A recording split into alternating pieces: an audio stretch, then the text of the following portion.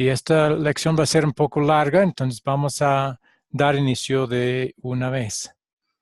Entonces vamos a comenzar en nombre del Padre, y del Hijo, y del Espíritu Santo. Amén. Bueno, no voy a preguntar sobre las tareas, pero sí, si han repasado ya las preguntas para el proyecto final.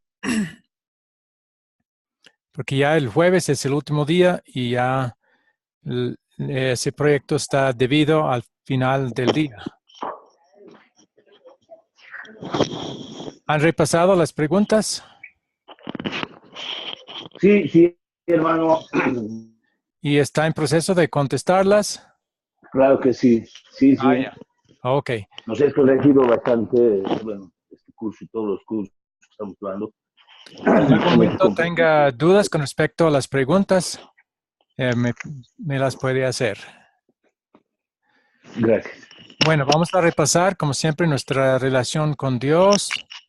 Eso sí es muy importante y no queremos dejarlo atrás hasta que todos conocen bien.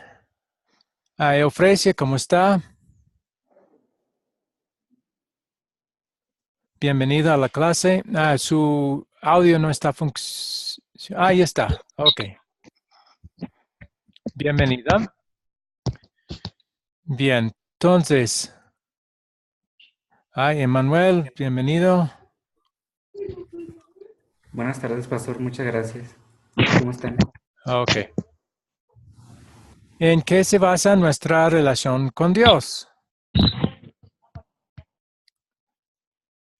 Eufresia parece que va a tratar de contestar.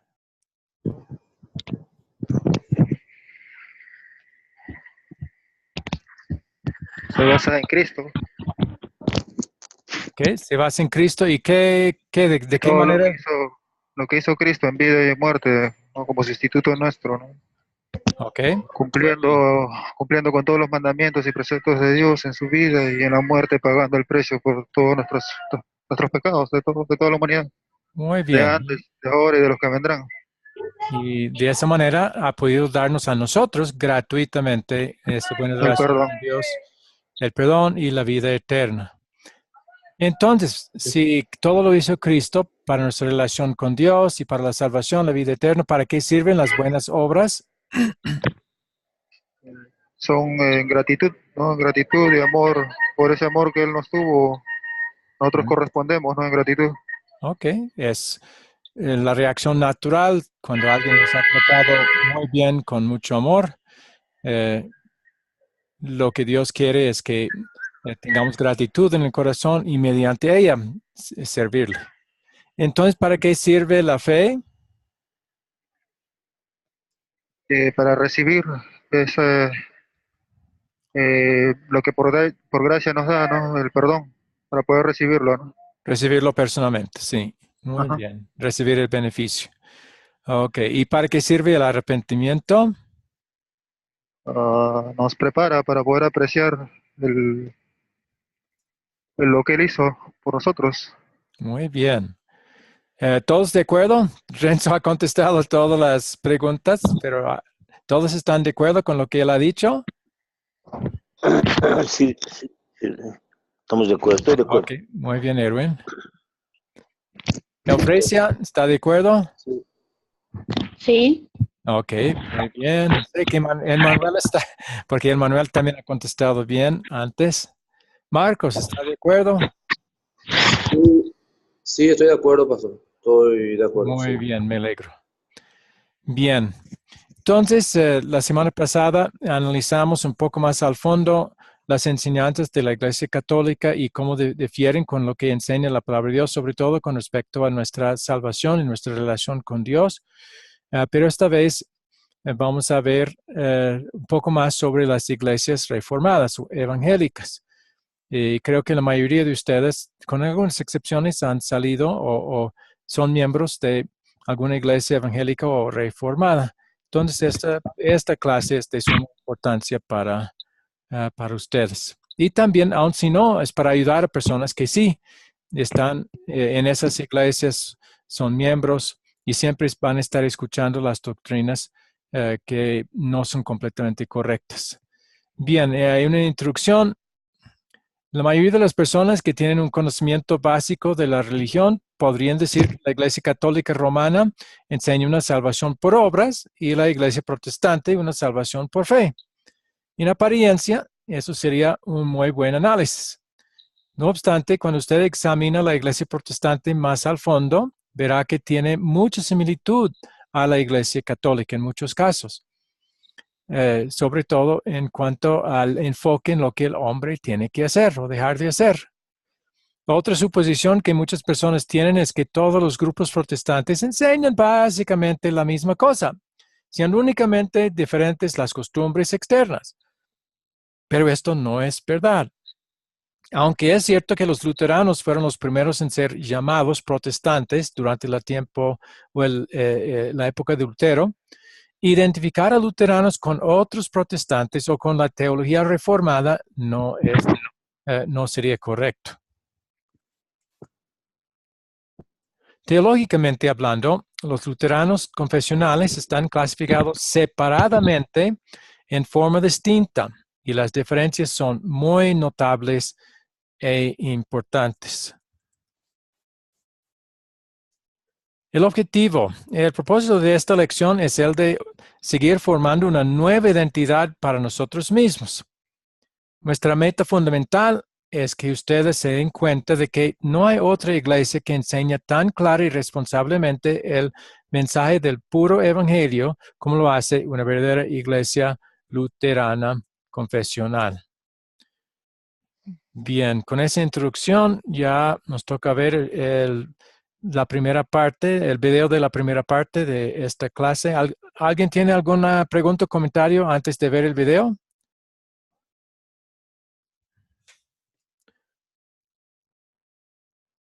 Si no, bueno, vamos a ver el video y comentar después. Bienvenidos Leonidas y Abel. Gracias, profesor. Buenas noches. Buenas. Ya, bueno, vamos a ver el video.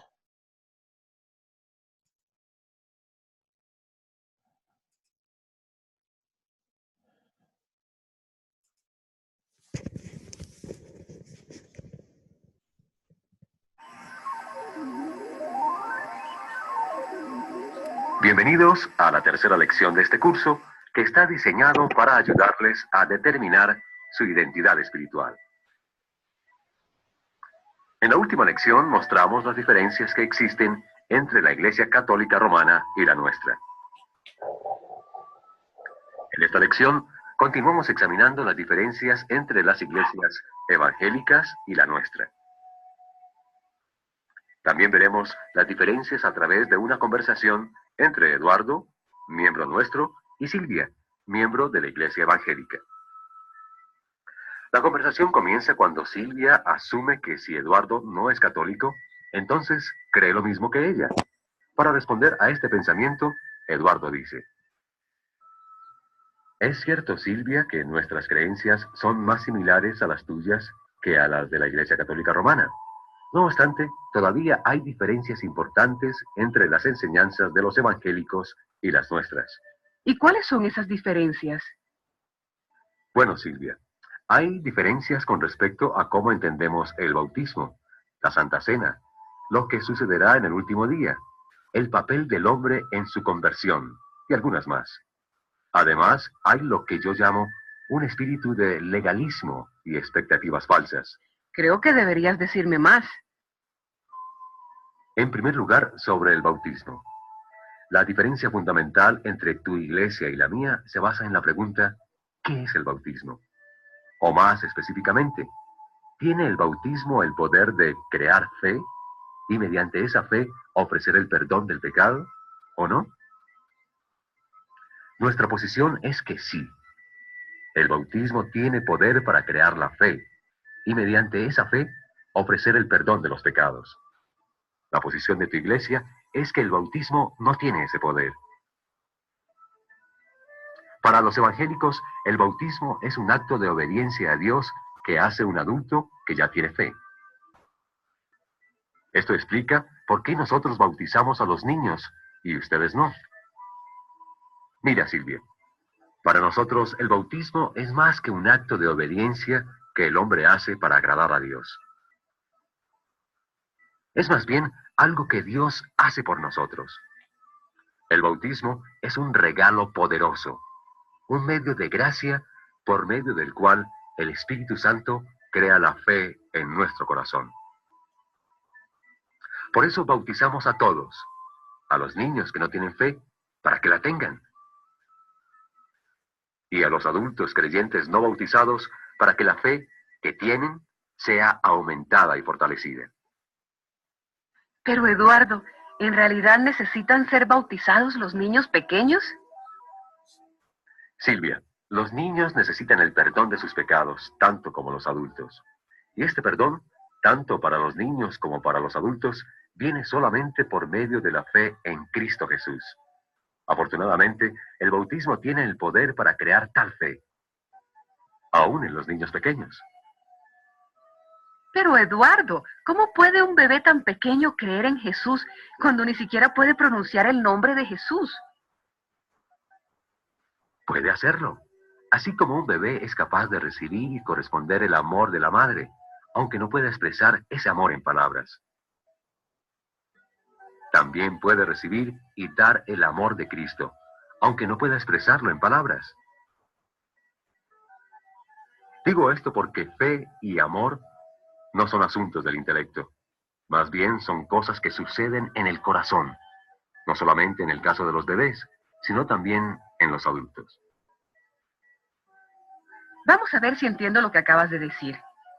Si los bebés no tuvieran el pecado original, o si el bautismo no tuviera el poder para crear la fe, y por medio de la fe perdonar los pecados, lo cual es nuestra posición como evangélicos, entonces bautizar a los bebés no tendría sentido.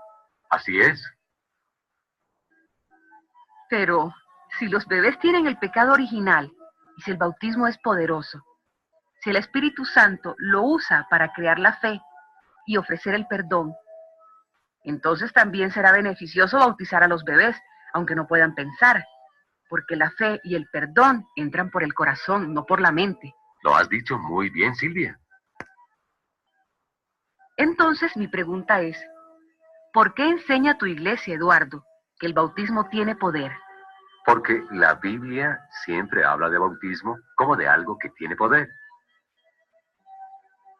Poder para santificar la iglesia. Poder para revestirnos en Cristo. Poder para hacernos nacer espiritualmente de nuevo. Poder para lavar y perdonar nuestros pecados. Y, lejos de ser algo inútil, el bautismo es algo que nos salva. No es solo un rito cristiano o un acto de obediencia de parte de los que ya tienen la fe. Es un medio por el cual Dios derrama su gracia sobre nosotros. Ahora creo que entiendo la diferencia entre tu iglesia y la mía en cuanto al bautismo. ¿Qué hay de la Santa Cena? Es básicamente lo mismo. Para ustedes, la Santa Cena no es un medio de gracia, algo que tiene poder para crear y fortalecer la fe, y mediante esa fe ofrecer el perdón de los pecados. Según los evangélicos, la Santa Cena es simplemente un acto conmemorativo en el cual el pan simboliza o representa el cuerpo de Cristo, y el vino, o jugo de uvas, representa la sangre de Cristo. Ustedes celebran la Santa Cena para recordar cómo Cristo dio su cuerpo y su sangre por nosotros. Para nosotros, la Santa Cena también es un acto conmemorativo.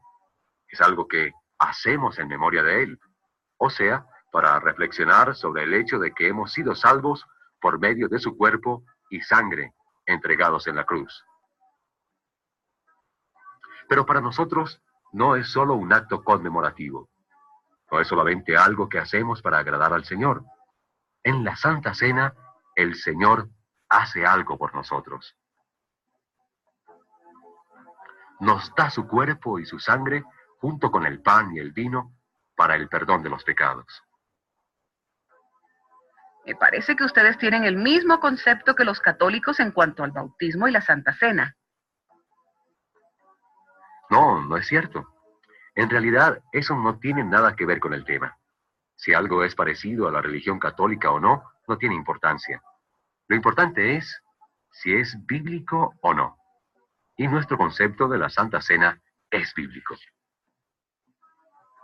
Digo esto, Silvia, porque la Biblia habla de la Santa Cena como de algo en lo cual recibimos el verdadero cuerpo y la verdadera sangre de Cristo para el perdón de los pecados. Tu iglesia rechaza esta idea, porque no le parece lógico que el verdadero cuerpo y la verdadera sangre de Cristo estén presentes en el pan y en el vino. Nosotros creemos simplemente las palabras de Jesús cuando instituyó la Santa Cena. Esto es mi cuerpo y esto es mi sangre, derramada para la remisión de los pecados. En pocas palabras, con respecto a muchas de las diferencias doctrinales que tenemos, la posición evangélica tiene más sentido desde el punto de vista lógico y humano, mientras que nuestra posición no es tan lógica, pero es más bíblica. La doctrina de la conversión es otro punto. La posición de tu iglesia, Silvia, es que cuando una persona se convierte, es ella misma quien toma la decisión de aceptar a Cristo como su Salvador. No parece lógico que el hombre no tenga ninguna parte o cooperación en su conversión. No obstante, la Biblia dice que una persona siempre está espiritualmente muerta antes de su conversión. Alguien que está muerto espiritualmente no puede tomar ninguna decisión espiritual, especialmente la decisión de aceptar a Cristo como Salvador. Por eso Jesús dijo muy claramente en Juan 15, 16, no me escogieron ustedes a mí, sino que yo los escogí a ustedes.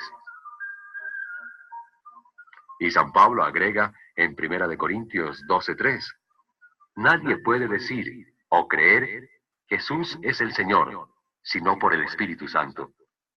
Otra vez la idea es que el Espíritu Santo primero tiene que obrar la fe en el hombre, antes de que el hombre pueda confesar que Jesús es su Señor. Por lo que estoy escuchando, la diferencia tiene que ver con la palabra poder. Ustedes creen que el bautismo y la Santa Cena tienen poder para crear fe y que ofrecen el perdón. Nuestra posición es que no tienen ese poder. Pero con respecto al hombre, es todo lo contrario. Nosotros creemos que el hombre sí tiene el poder para tomar la decisión de aceptar a Cristo como su Salvador.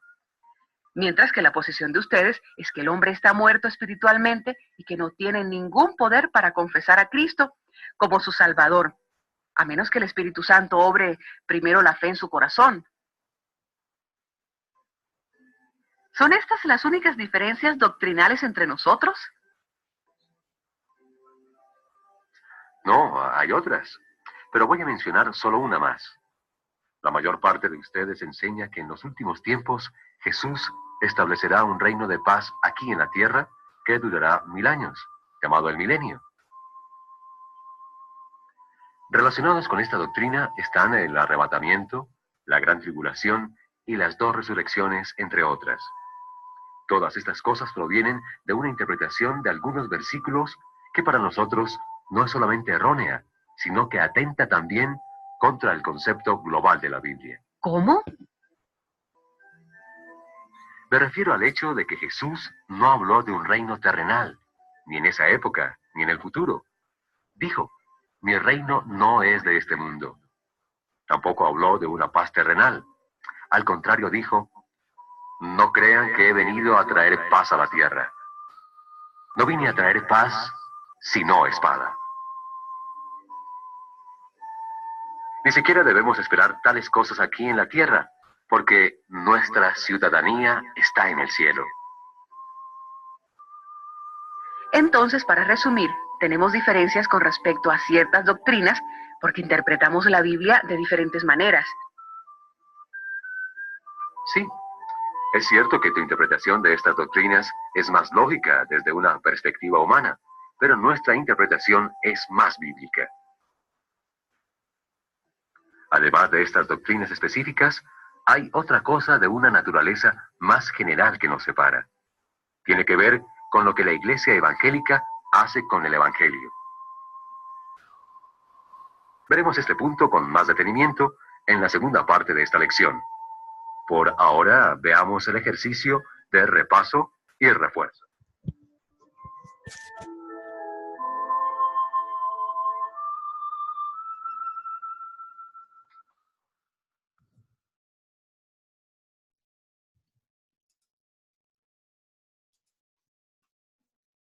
Bueno, hasta ahí es el primer video de esta clase. ¿Tienen preguntas o inquietudes sobre el contenido de este video?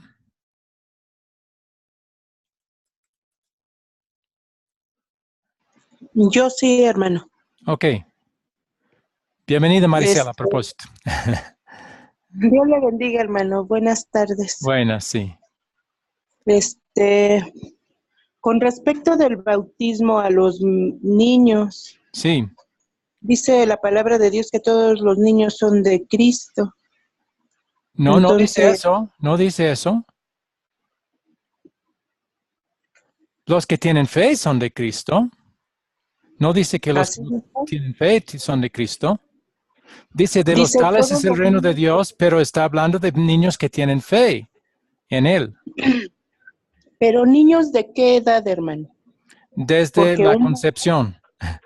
Necesita tener fe para ser un bebé salvos. puede bautizar. La Biblia sí manda bautizar a todos. No excluye a los infantes. En Mateo 28, 18 y 19 dice, vayan y hagan discípulos a todas las naciones, bautizándolos en nombre del Padre, del Hijo y del Espíritu Santo. Los niños son parte de todas las naciones. La Biblia no los excluye del bautismo. Los niños, dice la Biblia, son pecadores. David confesó que desde su concepción era pecador en el Salmo 51:5. La Biblia dice que el bautismo salva. Dice que perdona y que es para el perdón de los pecados. Dice que nos da regeneración en Tito 3:5. Entonces los niños también necesitan lo que el bautismo ofrece porque nacen pecadores. Son concebidos en pecado y nacen pecadores. Pero no es una decisión que se debe de tomar, hermano, porque esa es una ordenanza. Sí, eso es lo que los evangélicos piensan, que debemos ser bautizados para obedecer una orden. Pero la Biblia No, presenta... Siga. o sea, una ordenanza solamente, o sea, cuando nosotros recibimos a Cristo en nuestro corazón, ¿sí? El paso siguiente es el bautismo por ordenanza. La Santa Cena, otra ordenanza. Sí, pero no lo hacemos por eso, porque eso simplemente sería hacerlo por obligación. Nosotros vamos a hacer sobre todo el bautismo de la Santa Cena por lo que Dios nos da en estos sacramentos. Pero, ¿y los niños entonces se deben de bautizar pequeños y después recibir a Cristo en su corazón? O sea, es otra equivocación, ¿sí?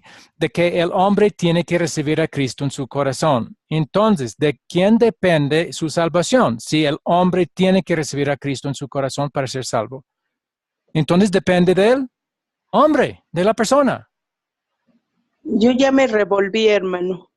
Entonces, ya la gloria sería, en cuanto a la salvación, la gloria sería para el hombre, porque recibió a Cristo en su corazón. Entonces, no importa que no reciban a Cristo en su corazón, son salvos porque Cristo murió. Y por su vida perfecta, su obediencia perfecta por nosotros. Y necesitamos fe para recibir el beneficio de eso, tanto el niño como el adulto. ¿Y quién obra la fe? ¿Cómo es que llegamos a la fe? No somos nosotros recibiendo a Cristo. La Biblia dice en 1 Corintios 12:3, nadie puede decir que Jesús es Señor, o sea, creer en Él y reconocerlo, sino por el Espíritu Santo. La obra de que uno tenga fe es obra del Espíritu Santo, no es nuestro recibir. Es Él obrando, ¿sí? Es uno de los grandes errores de las iglesias evangélicas. Dan parte del crédito para la salvación a la persona por haber recibido a Cristo, por haber tomado la decisión. Cuando Entonces, la Biblia dice que no puede. En Romanos 8:7 dice que nacemos enemigos de Dios. Y un enemigo de Dios jamás va a decidir recibir a Dios, a Cristo en su corazón. Es enemigo. La Biblia también dice que al nacer somos muertos espiritualmente, tanto en Colosenses como en Efesios capítulo 2, perdón. Estabais muertos en tus delitos y pecados. Un muerto no puede hacer una decisión, no puede hacer nada espiritualmente. Eso es lo que enseña la Biblia. Ajá. Lo de recibir a Cristo es una idea de la razón humana, no de la Biblia. Ajá. ¿Sí? ¿Entiende? ¿Cómo es el proceso, hermano? Si yo soy inconversa, ¿cómo es el proceso? Entonces, necesito leer o escuchar a alguien comunicarle la ley del Evangelio, alguien que le enfrente con su pecado. Una vez reconocido eso, que es también por obra del Espíritu Santo, porque el arrepentimiento también es algo dado por Dios, no es algo que hacemos nosotros. Entonces, ya viene el Evangelio que le habla del perdón de sus pecados. En el momento que usted dice, eso creo, ¿qué ha pasado? No es que usted hizo la decisión, es que el Espíritu Santo obró fe en su corazón. Entonces, el procedimiento es por la palabra de Dios. La Biblia dice, la fe viene por oír y oír por la palabra de Dios. No dice por la decisión que usted hace. No dice que por el recibir de usted a Cristo. La Biblia en unos versículos habla de recibir, pero es un recibir que el Espíritu Santo ya obró, ¿sí? Ya hemos dicho que es el papel de la fe, es recibir, claro, por obra del Espíritu Santo, el beneficio de todo lo que Cristo ha hecho. Pero no es decisión nuestra, no es un acto nuestro ese recibir. Es algo obrado completamente por el Espíritu Santo. Pastor. Sí. Quiero hacer una pregunta. Sí. En cuanto al bautismo, el bautismo en las aguas, por ejemplo, para arrepentimiento de pecado, ¿verdad? Ese es punto 1. Punto 2, me suelo escuchar que hay doctrinas que dicen te falta recibir el bautismo de Jesucristo. Y es como recibir 2 bautismos. Si cuando uno recibe el bautismo en las aguas, uno recibe, ¿verdad? En el nombre del Padre, del Hijo y del Espíritu Santo. Este bautismo. ¿Y cómo es que hay doctrinas que enseñan, o algunos hermanos que dicen, bueno, todavía no tienes el bautismo de Jesucristo por el Espíritu? Es algo que a mí nunca me llegó a entender. Sí, hay personas que confunden el bautismo del Espíritu Santo, más bien, que ocurrió en el día de Pentecostés, con el bautismo de Cristo, que es con agua, es un bautismo físico. Cuando Jesús dijo, vayan, hagan discípulos a todas las naciones, bautizándolos en nombre de... Eso es bautismo con agua física. El bautismo del Espíritu Santo fue un derramamiento especial del Espíritu Santo en el día de Pentecostés.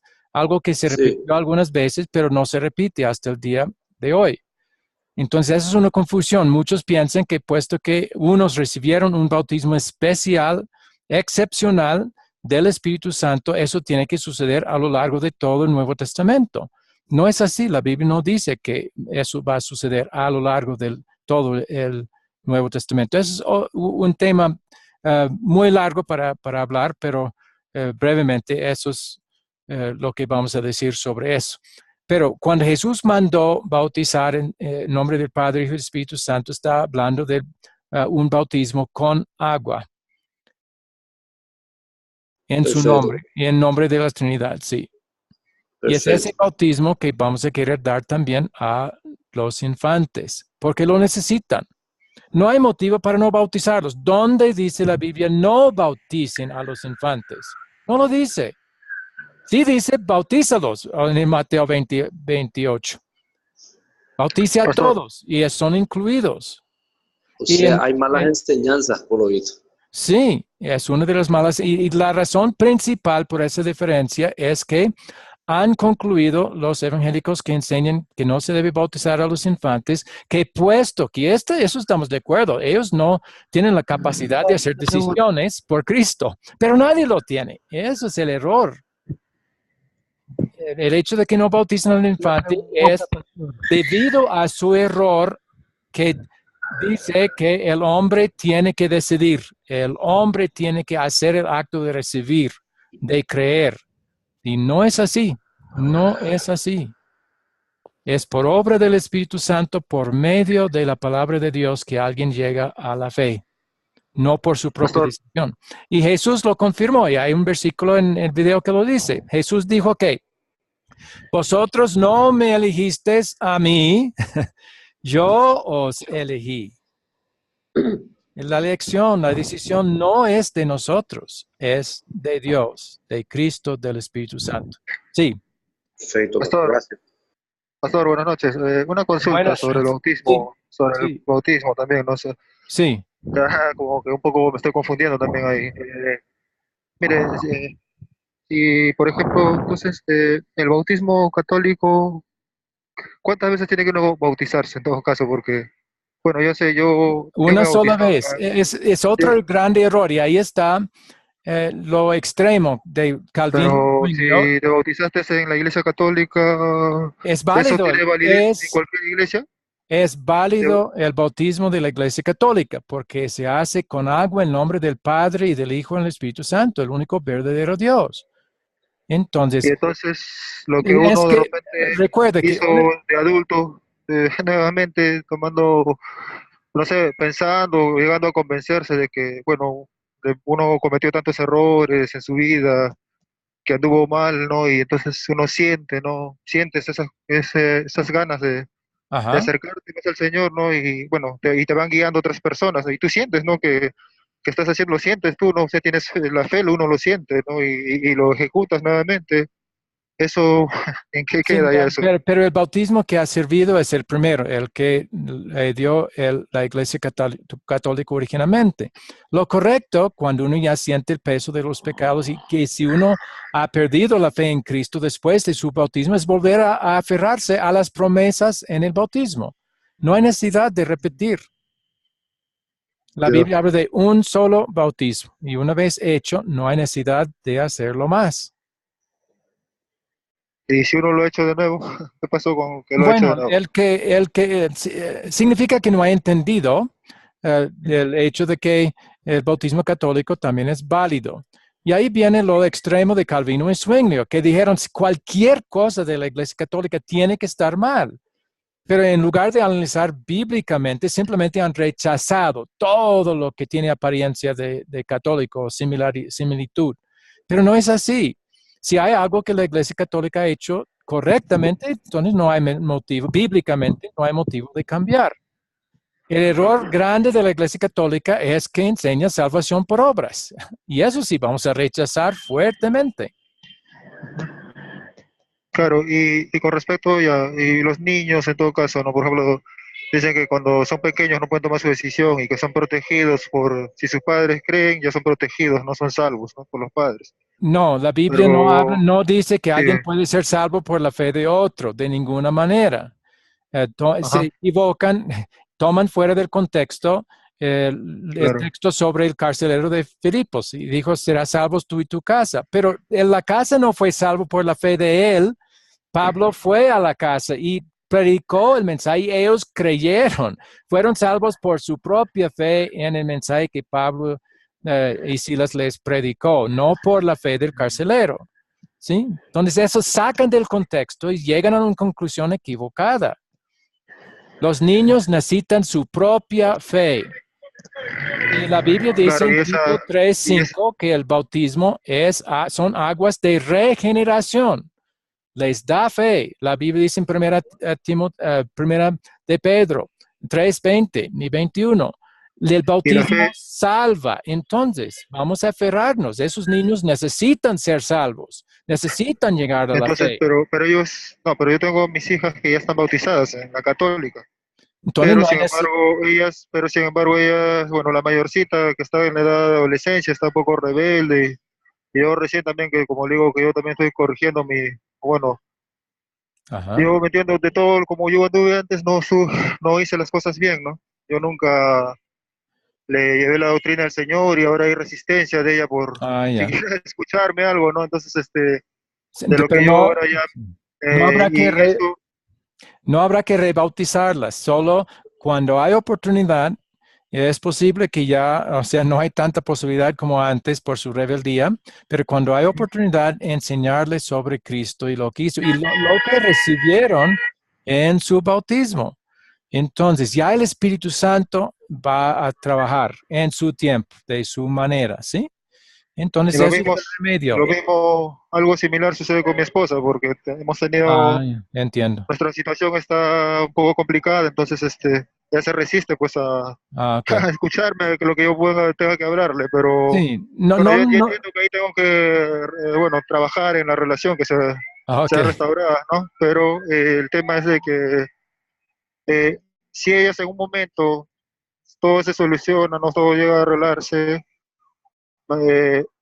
ellas deciden permanecer en la religión católica porque entiendo que al menos esa parte está bien, ¿no? Su fe, ¿no? Porque ellas tienen su fe. No está bien, no está bien, pero no es bueno tratar de obligarles, ¿sí? Entonces, busque oportunidad, trátales bien, ¿sí? Con amor. Y Dios muchas veces, con tiempo, en algún momento, abre una puerta para que pueda hablar. Entonces, con todo amor, hablarles lo que usted ya cree. Y el Espíritu Santo ya podrá obrar. Pero gracias por compartir eso. Bien. Pero no necesitan rebautizarlas. ¿Sí? Es otro error. Ya. ¿Alguien más tiene pregunta antes de ver las preguntas de repaso que tengo? Pastor. Sí. Yo quiero una aclaración mejor sobre una doctrina que el video no lo mencionó, pero creo que también es una diferencia muy grande entre la iglesia luterana y de origen reformada. Una doctrina que veo más, sobre todo en las de origen calvinista, es sobre la doctrina de la predestinación. Sí. Bueno, nosotros también creemos que Dios es el que nos escoge y que nos da la fe, pero los calvinistas dicen que Cristo murió únicamente por los que son creyentes y por un grupo específico que Dios escogió. Ajá. Pero, ¿cuál sería entonces la diferencia entre nuestra creencia de que Dios también nos escoge a nosotros y la doctrina de la predestinación calvinista? Bueno, la calvinista se llama doble predestinación. Dios predestina a los que van a ser salvos a la salvación y predestina también a los que van al infierno para que vayan al infierno. Y eso es contrario. La Biblia, y ahí sí es ilógico lo que la Biblia dice, a la lógica humana.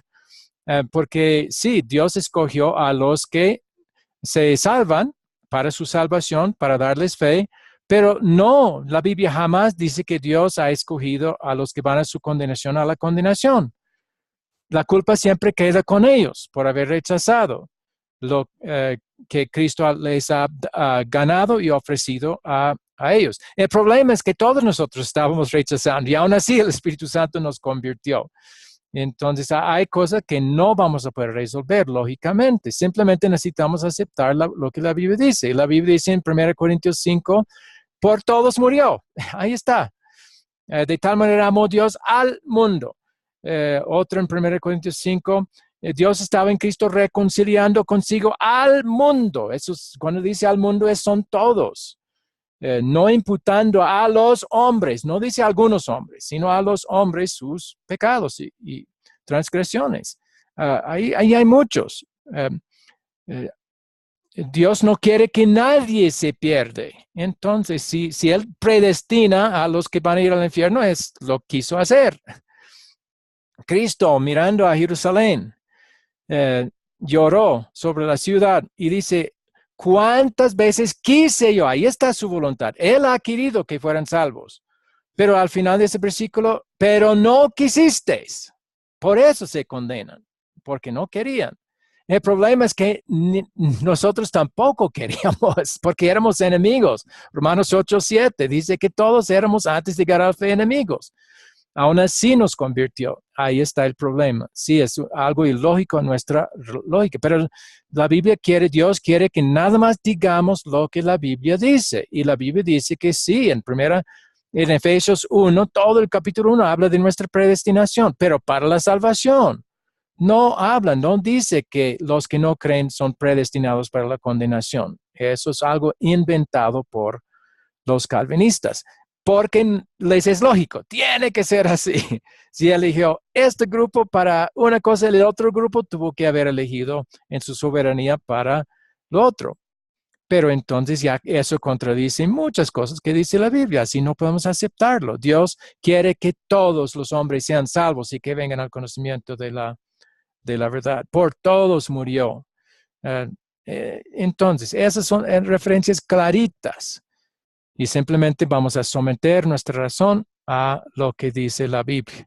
Darle gracias que el hecho de que somos creyentes y en camino al cielo nos eligió por eso. Pero no pensar que nos eligió porque algo mejor estaba en nosotros.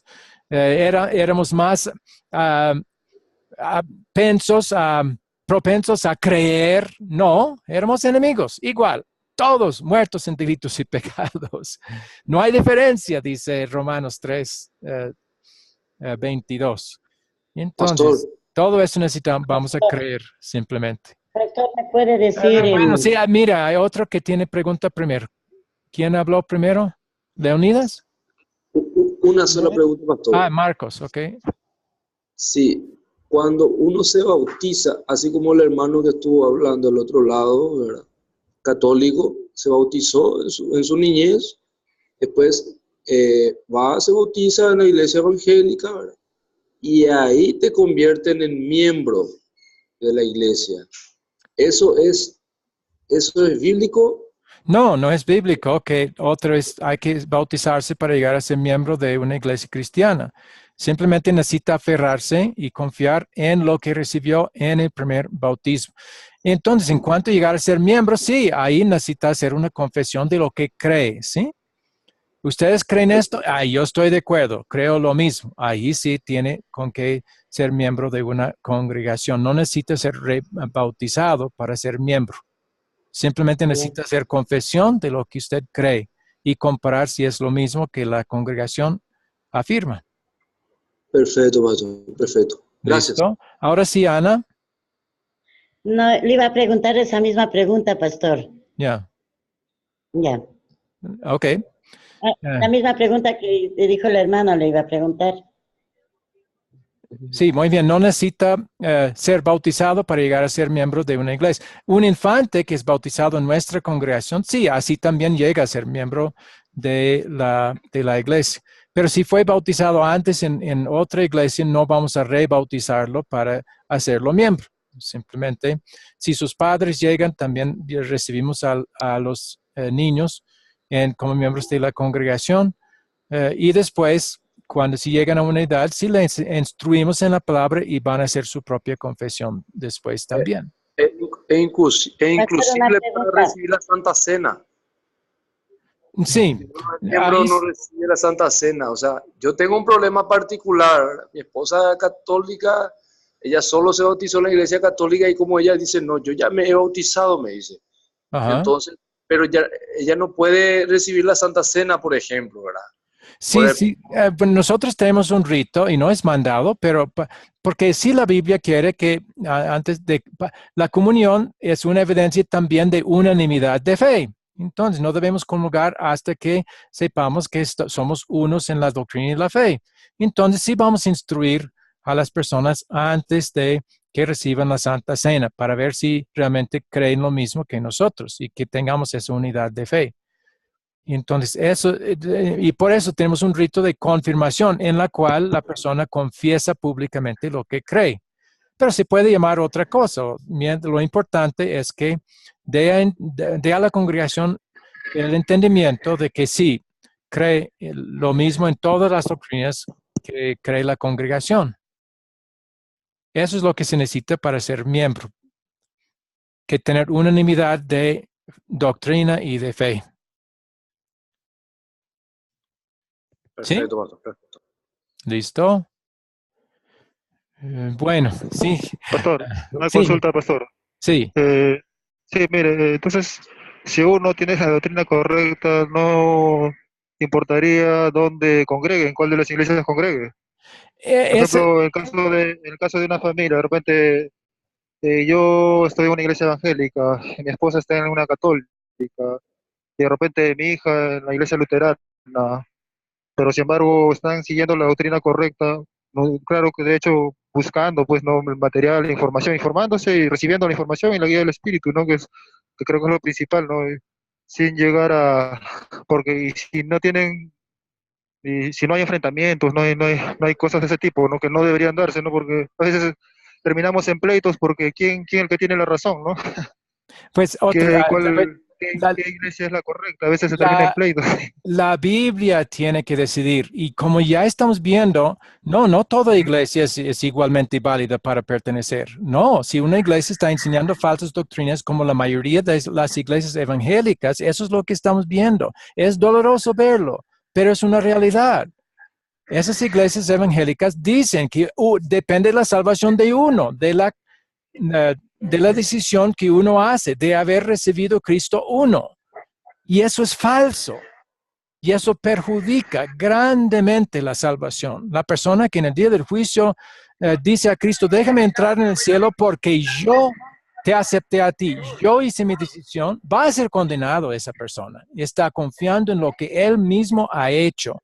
Y eso es un rechazo de lo que Cristo ha hecho por él y lo que el Espíritu Santo ha querido obrar. Claro, Entonces, pero en esa parte sí con lo que estoy aprendiendo con usted ahora, ¿no? O sea, de que no somos nosotros, ¿no? Sino que es Cristo, Él hizo todo eso, ¿no? Que nosotros aceptamos. En esa parte sí hay coincidencia, ¿no? Más en el lugar donde yo estoy eso es, ¿no? Hay coincidencia en ese muy punto. importante. Y el proyecto final de esas preguntas tienen que ver con esto, ¿sí? Hay una suposición que todo es igual, pero no es así. Tanto la Iglesia Católica como las iglesias evangélicas enseñan que el hombre tiene que hacer algo para su salvación. Y eso le condena más bien. Y tan grave es el asunto, tan importante es. Y por eso estamos enfatizándolo. Hay muchos sin saber que eso les lleva al infierno, que están en una iglesia evangélica pensando que todo está bien. Y no está bien. De ninguna manera está bien. Bien, vamos a ver poco más, repasar más de las doctrinas. Ya hemos repasado un poco lo del bautismo. Y el gran error de las iglesias evangélicas es que no bautizan a un infante porque tiene que hacer su propia decisión. Y eso es falso. Nadie hace su propia decisión. La decisión es de Dios y Él puede dar a un infante la fe que necesita para su salvación por el bautismo con igual facilidad que con un adulto. Y Él por eso manda bautizar a todos y no excluye a los infantes. Dice todos han pecado y eso no excluye a los infantes. Dice que el bautismo salva, eso no excluye a los infantes, es para ellos en forma especial. Dice que el bautismo es la regeneración. Entonces, en Tito 3:5, eso también es para los infantes. Pedro dijo en Hechos, después de su predicación, la promesa es para ustedes en cuanto al bautismo y para sus hijos. ¿Desde cuándo es un hijo un hijo?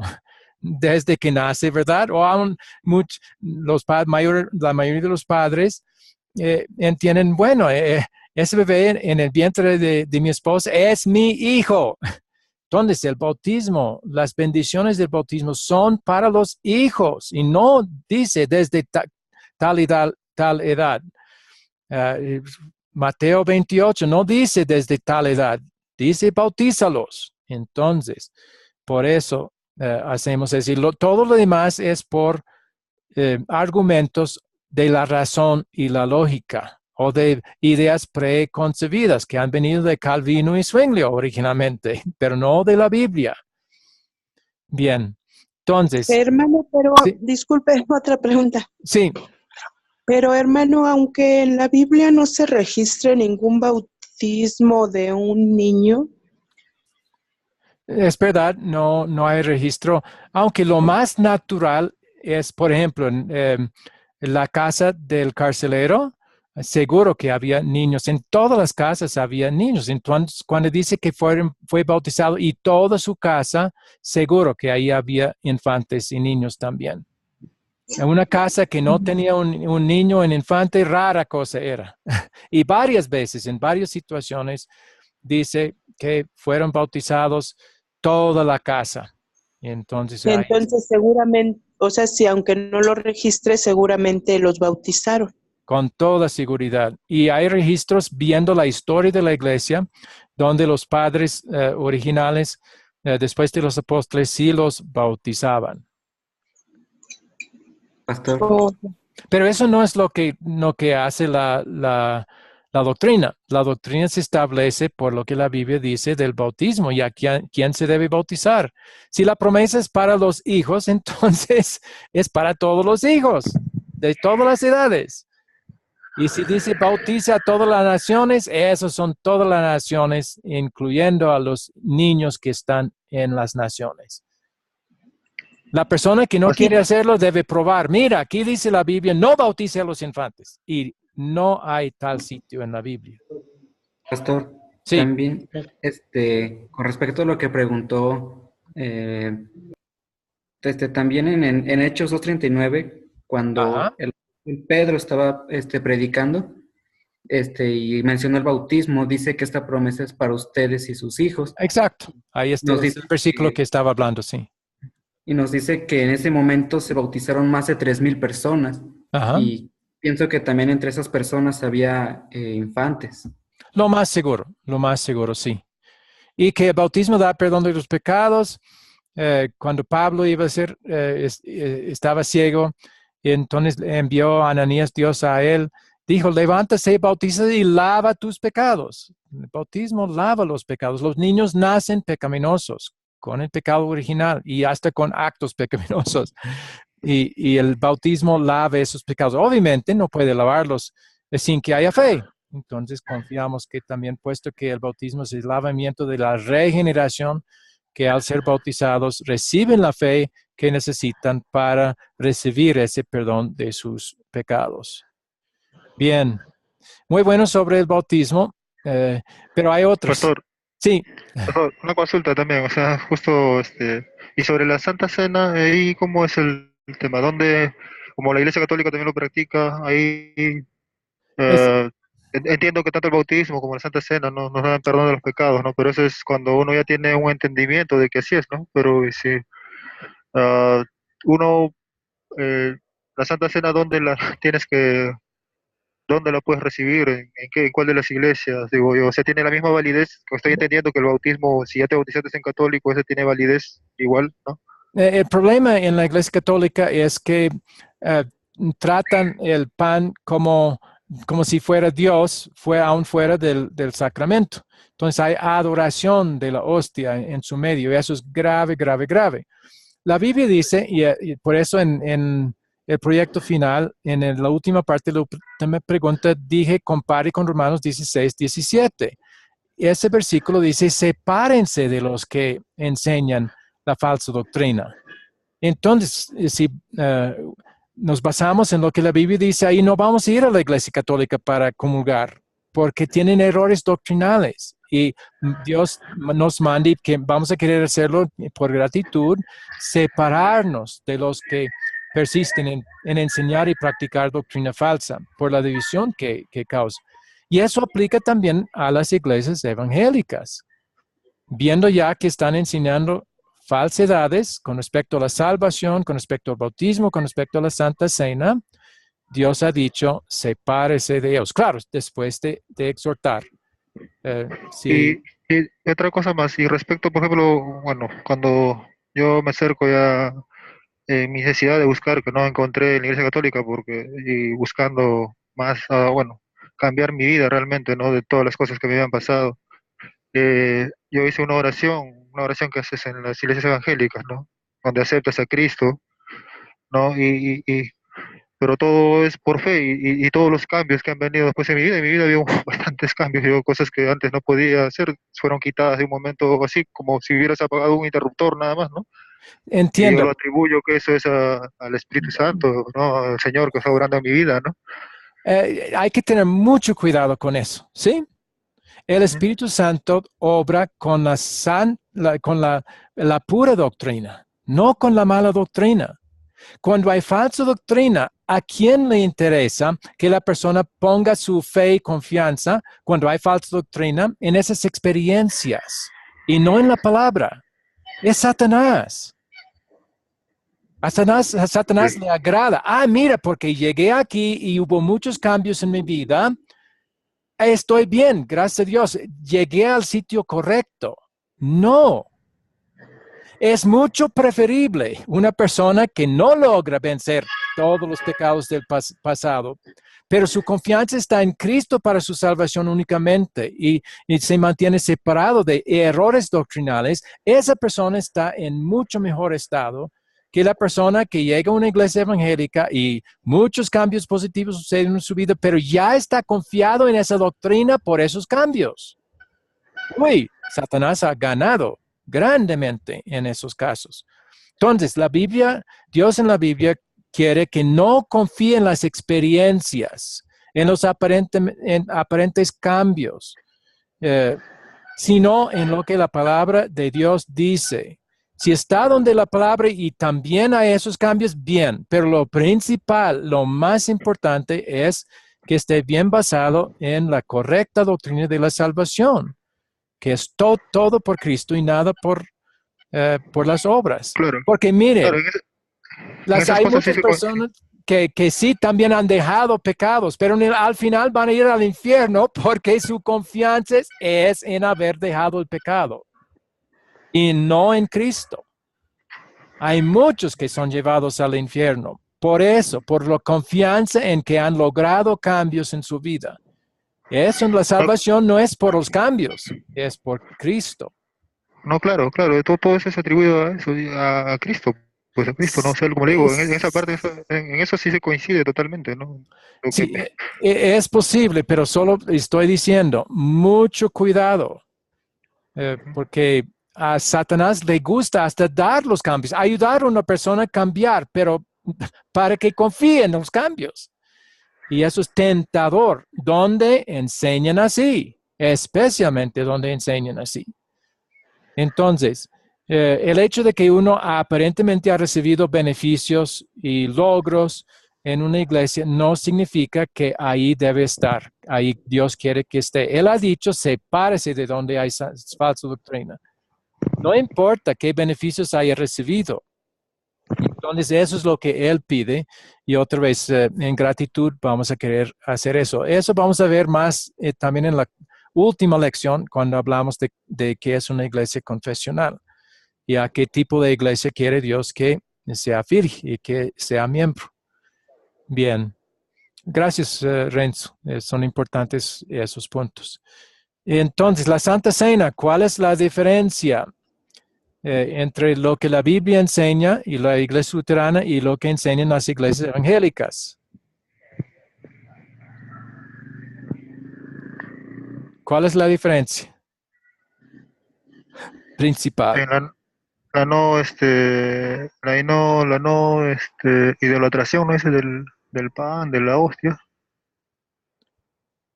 ¿Qué en cuanto al pan y la hostia? No idolatrarlo, ¿no es? Bueno, eso es cuando la iglesia católica lo idolatra. ¿Cuál es el error de las iglesias evangélicas con respecto a la Santa Cena? ¿Cómo difiere? Todavía no he participado en una reunión de ese tipo todavía, ¿no? Ya. ¿Alguien? No es solo Renzo que puede contestar. ¿Alguien más? ¿Sabe qué es la diferencia? Sí. Yo. La diferencia es que las iglesias reformadas y evangélicas creen que la Santa Cena es simplemente un recuerdo y un símbolo de lo que Jesús hizo. Pero la iglesia luterana dice que no es solamente eso, sino que es un recordatorio de lo que Cristo ganó, pero también en la Santa Cena el cuerpo y la sangre de Cristo están presentes bajo el pan y el vino. Realmente, o sea, es el verdadero cuerpo, la verdadera sangre de Cristo. están siendo comidos y bebidos. Al recibir el pan, estamos también recibiendo el cuerpo de Cristo, y al recibir el vino, estamos recibiendo la sangre de Cristo. ¿Y por qué es eso importante? De que realmente es reconocer que estamos recibiendo el verdadero cuerpo y sangre de Cristo en el sacramento de la Santa Cena. ¿Por qué es importante?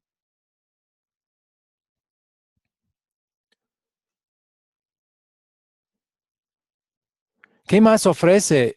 Igual como el bautismo, aunque en este caso mayormente va a ser con adultos, pero ¿qué ofrece la Santa Cena para nuestro beneficio? El perdón de los pecados. Sí, y en este caso es debido al hecho de que estamos recibiendo el cuerpo y la sangre, los mismos elementos que Cristo dio en la cruz. Es por eso que vamos a recibir el perdón. Claro, creyéndolo. Si uno rehúsa creerlo, no recibe el beneficio, pero creyéndolo que por el Espíritu Santo, entonces estamos recibiendo un alivio especial, un consuelo muy especial en la Santa Cena, porque ahí escuchamos y recibimos los mismos elementos que ganaron nuestro perdón y estamos recibiendo para asegurarnos de nuevo de ese perdón. Bien, la conversión, la otra gran diferencia, ¿qué falsedades enseñan las iglesias evangélicas con respecto a la conversión?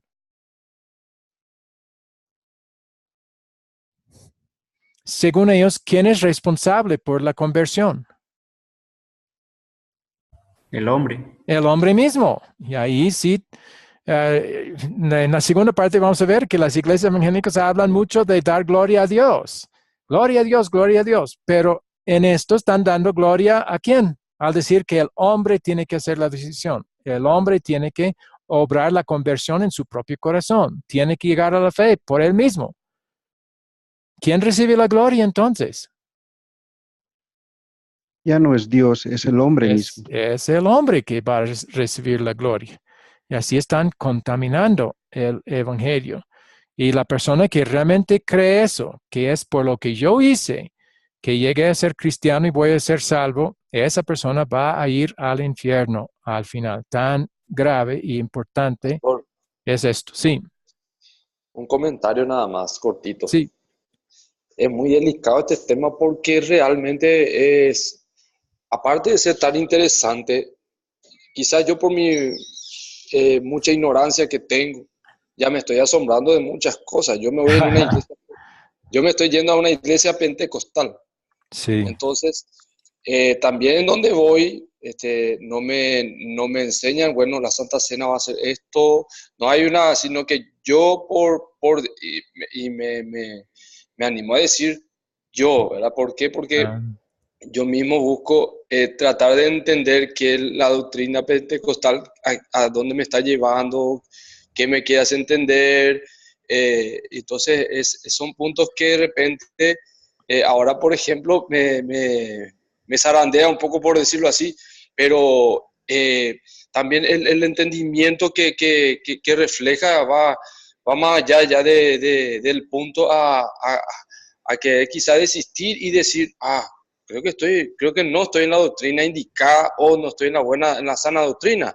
Porque yo también suelo leer algunos materiales de iglesias bautistas y a veces hay cosas que no digo que va a la sana doctrina, pero se refleja un poco más a la sana doctrina y de repente quizás los líderes de una iglesia no enseñen a sus miembros en qué tipo de doctrina o cuál es la doctrina que debe manifestar o el fundamento de fe de la iglesia, ¿verdad?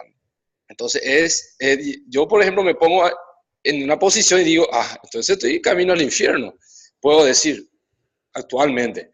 Entonces, pero para eso uno está, ¿verdad, pastor? Para que uno claro. Aprenda, ¿verdad? Aprenda, sí. Entonces, justamente por eso digo que es algo delicado, ¿verdad? Es delicado, pero lo hacemos por amor porque son realidades. Eso es realidad. Sí, mismo pastor. Sí, Sí. los evangélicos reconocen estas cosas, admiten que así enseñan sus iglesias y tenemos documentos que muestran que no estamos inventando cosas, es lo que enseñan. Y a propósito, se dice que es pentecostal. Los pentecostales también tienen otro grave error que no ha sido mencionado aquí tampoco. Y es que ellos piensan que todavía Dios hace revelaciones directas a las personas. Y eso es falso. Ya Dios ya habla con su palabra ya escrita, ya revelado, ya aprobado por los apóstoles y no por nuevas revelaciones. Y mira la gravedad de esto. Tantas veces estoy hablando de la palabra con alguien y dice, pero el Espíritu Santo me dijo que esto otro es la verdad.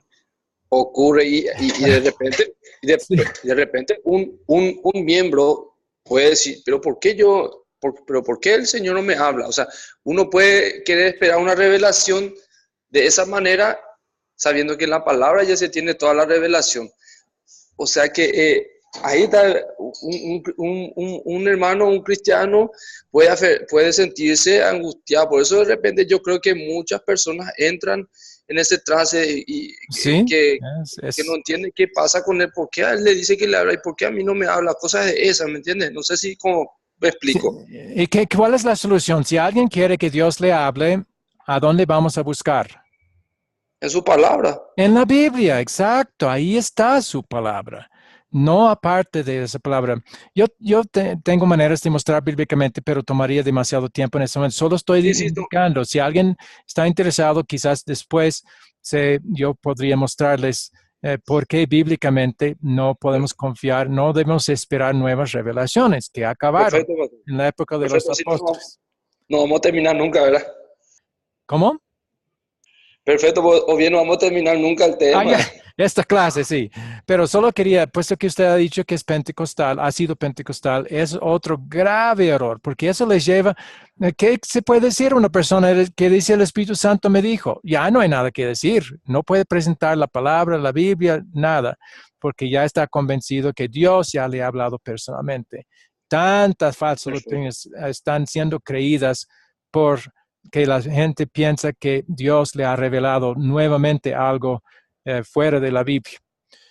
Bien, ya hemos hablado de la conversión. La diferencia es que las iglesias evangélicas y todas las iglesias, eso es algo que todos tienen en común, piensan que el hombre mismo tiene que hacer su propia decisión por Cristo. Cuando la Biblia dice no, nacemos muertos en los delitos y pecados, enemigos de Dios, Romanos 8:7. Y que solo el Espíritu Santo puede obrar la fe en nosotros. Por gracia sois salvos por la fe, y esta fe no es de vosotros, es don de Dios, dice la Biblia en Efesios 2:8. Eso es lo que la Biblia dice. Entonces, pero estas iglesias están enseñando, no, el hombre es el que decide tener fe. Muy grave eso. También ya hemos hablado de la elección, no voy a meternos mucho en eso, pero lo más grave ya hemos hablado. Claro, hay muchas otras diferencias. Uno importante también, el millennialismo. La gran mayoría de las iglesias reformadas de diferentes clases, o sea, pentecostal, bautista, calvinista, todos creen en un milenio hoy en día, un milenio del reino de Cristo aquí.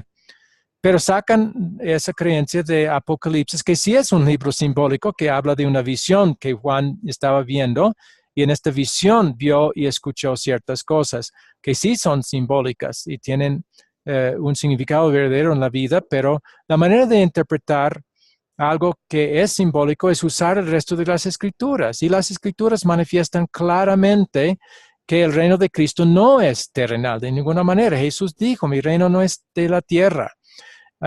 También vemos en la Biblia que Cristo ya está reinando sobre la tierra. Jesús está dirigiendo y encaminando todo para el beneficio de su iglesia al ascender. Entonces, entendiendo que los números en Apocalipsis, un momento, en Apocalipsis son simbólicos, esos 1000 años se refieren a todo un periodo completo.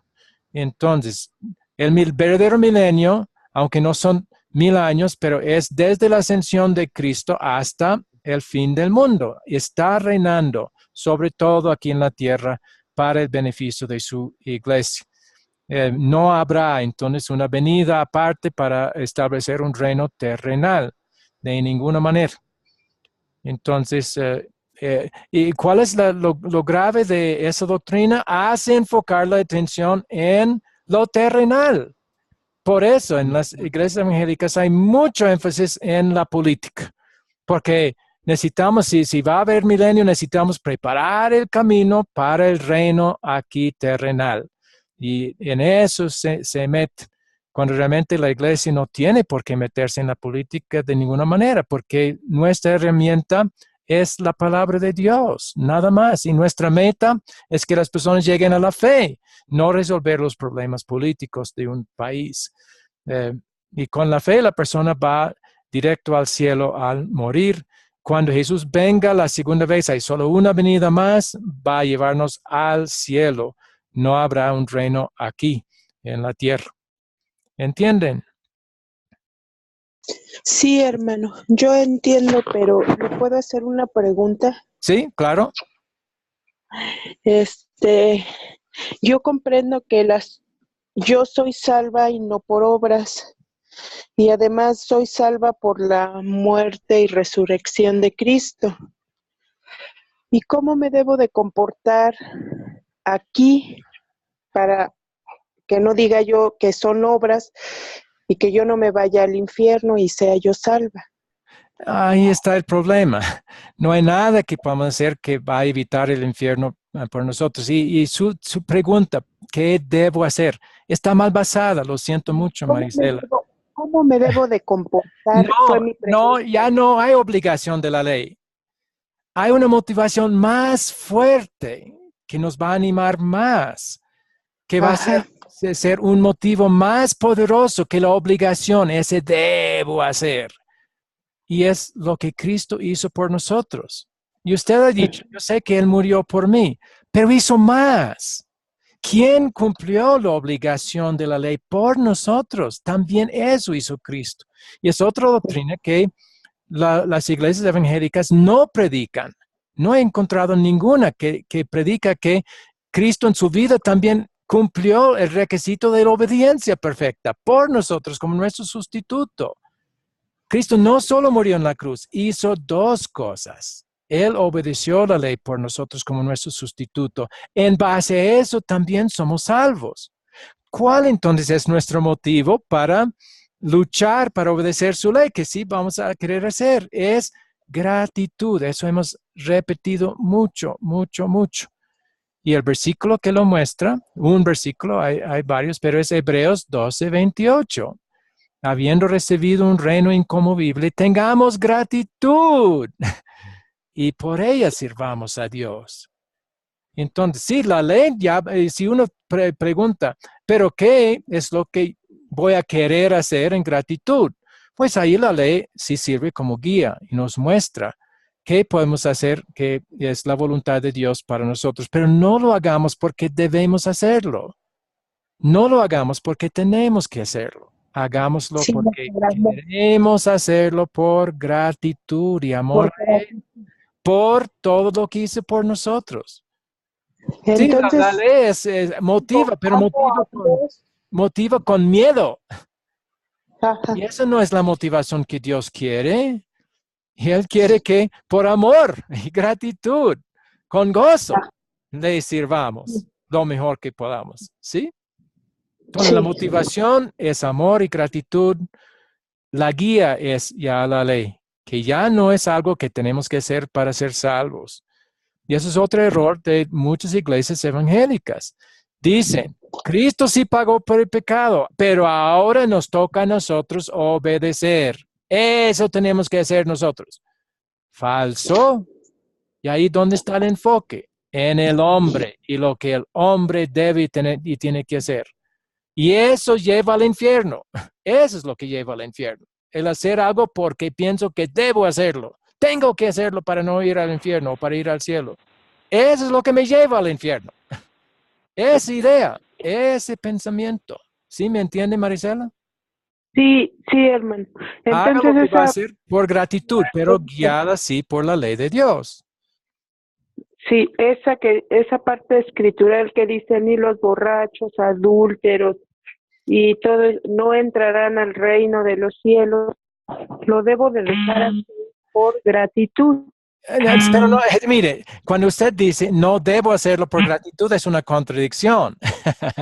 No voy a querer hacerlo por gratitud. Porque finalmente, aun si yo no me he emborrachado, hay cosas en esta lista que sí, soy culpable en mi mente, en mi corazón. Y Dios ve eso igualmente. Entonces, cuando Dios dice que no hay diferencia, significa que soy igual a todos esos mencionados. Solo porque Cristo no fue borracho. Él no hizo esos pecados por mí. Fue mi sustituto. Por eso escapo la ira de Dios que merezco por ser iguales a todos esos en la lista. ¿Sí?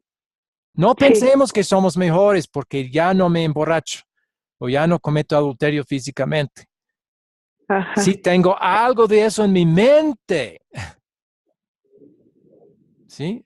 Soy igualmente culpable. Y si voy a basar mi salvación o no ir al infierno en eso, no, estoy condenado. Mira lo que dice Gálatas 3, dice, todos los que dependen de las obras de la ley y el no ser borracho, eso es depender de las obras de la ley. Ajá. Está bajo condenación esa persona. Entonces necesitamos ver todo lo que la Biblia dice. Sí, la Biblia da condenación para todo pecado. Pero ¿quién pagó la condenación? Cristo. ¿Quién cumplió? Cristo, por nosotros. Ahí está nuestro consuelo. Y eso es lo que nos motiva a querer ya luchar contra esos pecados. Sí, pero por gratitud, por el hecho de que no voy a ser condenado por nada de eso, por lo que Cristo hizo. Pero ese es motivo para luchar, para no hacerlo. ¿Sí? Sí. Y esa es una motivación más fuerte que esa motivación de miedo. Sí, la motivación de miedo es fuerte y eso motiva, pero no es la motivación que Dios quiere. ¿Sí? Sí, hermano, gracias. Ok, con mucho gusto. Bueno, ¿por qué existen muchas de estas diferencias? Es la próxima pregunta. ¿Por qué la iglesia evangélica tiene todas estas doctrinas que realmente no son bíblicas? Ya vimos cuando examinamos los fundadores de las iglesias reformadas, Calvino y Zwinglio, ¿en qué se basaban ellos? ¿Qué ponían ellos por encima de lo que claramente dice la palabra de Dios? La razón. La razón humana, sí. Muchas de estas doctrinas las tienen las iglesias evangélicas porque han seguido la idea de sus fundadores, Calvino y Zwinglio, para basar todas las interpretaciones en lo que dictan su propia razón. Y eso no es la buena base. La Biblia enseña, en 2 Timoteo 3, 15 y 16, que la interpretación la debe dar la Biblia misma, no nosotros. En 1 de Pedro, ninguna escritura es de interpretación privada, pero ellos van dando interpretaciones privadas. Ese es el problema. Por eso hay todas estas diferencias. Dicen que se basan en la palabra de Dios, pero realmente al final de cuentas no es así. Es su razonamiento con respecto a las escrituras, es lo que les dirige para llegar a estas conclusiones. Nosotros queremos basarnos única y exclusivamente en lo que la palabra claramente dice en su contexto. Entonces, cuando Jesús dice, este es mi cuerpo, tiene el pan en su mano, no tratamos de cambiar, no es lógico, aceptamos. Él está sentado ahí con su cuerpo, ¿cómo puede en ese pan estar dando su cuerpo? No sabemos, pero es lo que dice, claramente. Pero los evangélicos cambian. No, esto representa lo que quiso decir. Pues dejemos que él diga lo que quiere decir. Él no dijo esto representa, esto es símbolo. Él dijo esto es mi cuerpo. Y lo confirma los textos de los apóstoles en 1 Corintios, el capítulo 10, 11 y 11, que en verdad es su cuerpo y sangre. Y de hecho, el que no reconoce el verdadero cuerpo y sangre, comulga para su condenación, dice.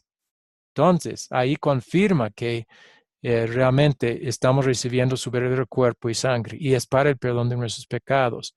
Así es la manera de entrar a la Biblia, someter. La lógica tiene un motivo, o sea, una razón para existir y ser usado, pero es para entender lo que está diciendo el texto, ¿sí? Necesitamos nuestra mente y razón para ser cuál es el sujeto de la frase, cuál es el sustantivo y cuál es el verbo y cuál es el adjetivo. Eso sí necesitamos la mente para ver. Pero ya viendo lo que gramaticalmente dice, vamos a someternos. Y no tratar de decir, no puede ser. Ok. Creo que, bueno, nos toca ver el próximo video también son otras cosas, legalismos, otras maneras que contaminan la mente que creo que son importantes. ¿Tienen tiempo para todavía ver el próximo video? Sí, pastor, sí. Bueno, en caso, sí. Vamos a Sí, verlo. pastor, también. Entonces. Sí, hermano. Ok, qué bien.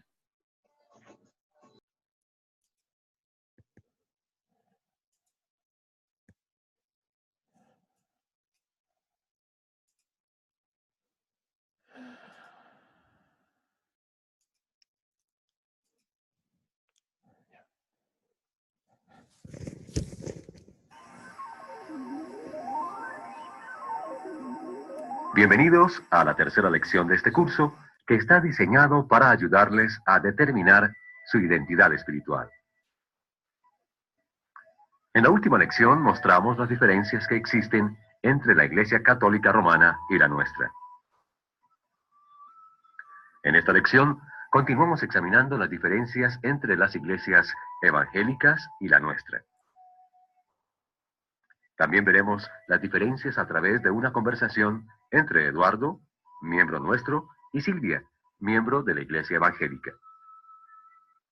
La conversación comienza cuando Silvia asume que si Eduardo no es católico, entonces cree lo mismo que ella. Para responder a este pensamiento, Eduardo dice: ¿es cierto, Silvia, que nuestras creencias son más similares a las tuyas que a las de la Iglesia Católica Romana?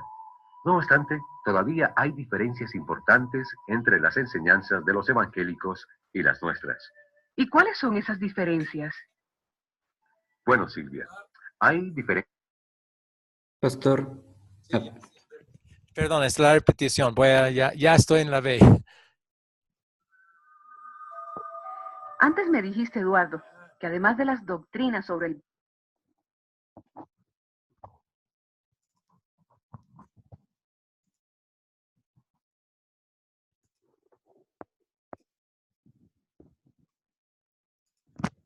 Ahora sí. lo que realmente nos separa es lo que la Iglesia Evangélica hace con el Evangelio. ¿Qué quieres decir con eso? Predicar el Evangelio es nuestra principal preocupación. Creemos y enseñamos que Cristo es el Hijo de Dios, que murió por nuestros pecados y sobre todo que Dios nos da este perdón gratuitamente por su gracia, no por obras, sino por la fe en Cristo Jesús. ¿Lo puedes negar? No, Silvia, no lo niego. Y me alegro por eso, más de lo que tú te imaginas. Pero desafortunadamente, ustedes hacen cosas que contaminan el mensaje evangélico que predican con tanto fervor. Lo hacen de dos maneras. Por un lado, ustedes exigen lo que la Biblia no exige. Y por otro lado, ofrecen lo que la Biblia no ofrece. Mencionemos algunos ejemplos. Para ustedes, beber alcohol, fumar, bailar, en algunos casos usar maquillaje, etc., es pecaminoso. Algo que el cristiano de ninguna manera puede hacer. Pero la Biblia no prohíbe estas cosas. No me malentiendas. No estoy defendiendo la embriaguez ni los bailes seductores. Simplemente digo que el abuso no prohíbe el uso. Y exigir lo que la Biblia no exige, aunque sea con buenas intenciones, es añadir algo a las Sagradas Escrituras. Pero ¿no es más sano no fumar, no beber y no bailar? ¿Y no oramos en el Padre Nuestro? ¿No nos dejes caer en la tentación? Claro, el uso del alcohol, por ejemplo, es para algunos una tentación de embriagarse, y tales personas no deben beber ni una copa. Pero prohibir en todos los casos lo que la Biblia no prohíbe puede provocar una tentación aún más dañina. Puede hacer que a un cristiano se le olvide el Evangelio. Te explico, Silvia, por medio de un ejemplo real. Un día un hombre que pertenece a una de tus iglesias me dijo que al morir se iría para el cielo. Cuando le pregunté por qué, ¿sabes lo que me contestó? Dijo, iré al cielo porque dejé de fumar, dejé de beber, dejé de bailar y cumplo con los diezmos. Su respuesta me hizo preguntar, ¿y qué hay de Cristo? Oh, y Cristo murió por mí, contestó él, pero era como un pensamiento secundario. Su énfasis estaba más en lo que él estaba haciendo para el Señor, lo cual es la actitud de los fariseos, en lugar de lo que Dios, por medio de Cristo, ha hecho por él. Este es un buen ejemplo de que exigir lo que la Biblia no exige contamina el Evangelio. En realidad, este hombre atribuía su salvación a sus buenas obras. Así, probablemente, sin darse cuenta, este hombre hizo dos cosas, ambas negativas. Primero, negó la gracia de Dios que dice que recibimos el perdón, no por nuestras buenas obras, sino como regalo no merecido. Esto es negar el mensaje del Evangelio. Segundo, le quitó gloria a Dios al enfocar su atención más a lo que él había hecho para Dios, que en lo que Dios había hecho por él. Por esa razón, un hombre que había sido católico comentó, en la Iglesia Católica le dicen a la gente lo que tiene que hacer para alcanzar la salvación. Y en la Iglesia Evangélica le dicen lo que tiene que dejar de hacer para ser salvo. Ustedes no son como los católicos que solo predican la mitad del Evangelio. Ustedes lo predican en su totalidad, pero lo contaminan, al menos en parte, al exigir cosas que la Biblia no exige. Y a medida que contaminan el Evangelio, hacen más vulnerables a sus miembros a los ataques del diablo. Vimos esto en el hombre del ejemplo. Su corazón estaba lleno de orgullo. Creía que por sus buenas obras merecía el aprecio del Señor. No tenía en cuenta la gracia de Dios. ¿Qué pasa si este hombre, tentado por el diablo, cae en un pecado grave? Cuando se dé cuenta de lo que hizo, hay una gran probabilidad de que el diablo lo lleve a la desesperación con este pensamiento. Antes, cuando obraba bien, Dios me amaba. Pero con lo que he hecho, no merezco ser hijo de Dios. Ya no soy cristiano. Cuando el cristiano se entusiasma más por lo que él ha hecho para Dios que por lo que Dios ha hecho por él, pierde el Evangelio y es vulnerable a los ataques del diablo. Y esto es lo que puede suceder cuando una iglesia contamina el Evangelio en el corazón de las personas, al exigir lo que la Biblia no exige. Los diezmos son otro ejemplo. La mayoría de los evangélicos exigen el diezmo, la 10ª parte de sus ingresos, pero a pesar de esta exigencia, el Nuevo Testamento solo dice que debemos dar nuestra ofrenda regularmente, con alegría, y según Dios nos haya prosperado. Pero nunca especifica un 10%.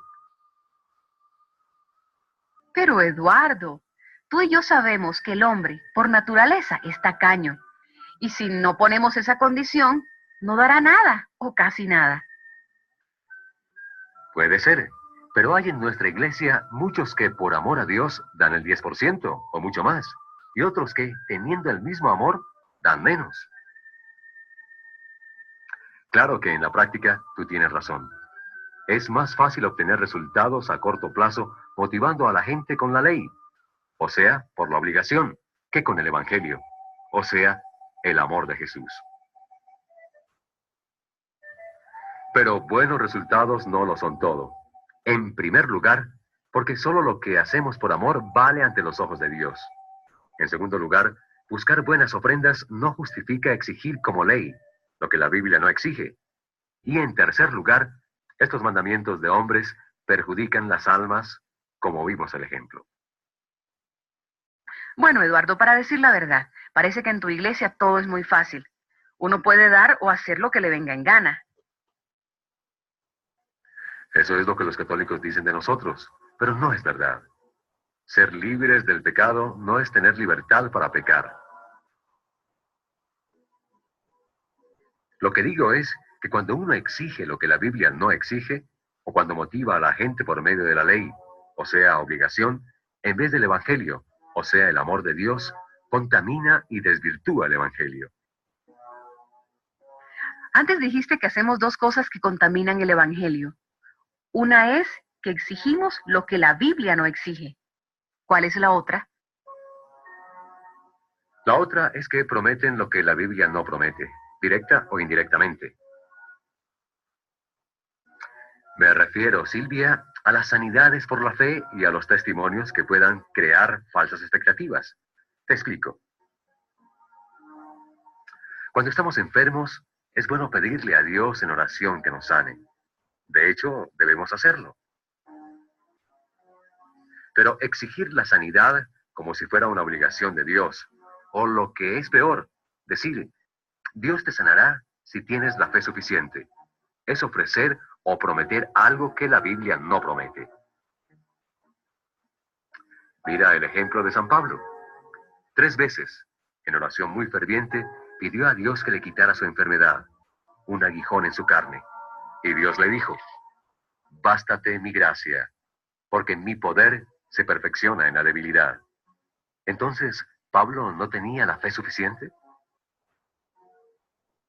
Bueno, Eduardo, puede ser que tengas razón, pero ¿cómo puedes decir que eso contamina el Evangelio? Jesús tuvo el mismo problema. A la mayoría de la gente de esa época le interesaba más recibir de Jesús milagros y pan que el perdón de sus pecados. Hoy es lo mismo. Mucha gente acude a Jesús más para que la libre de sus aflicciones que para el perdón de sus pecados.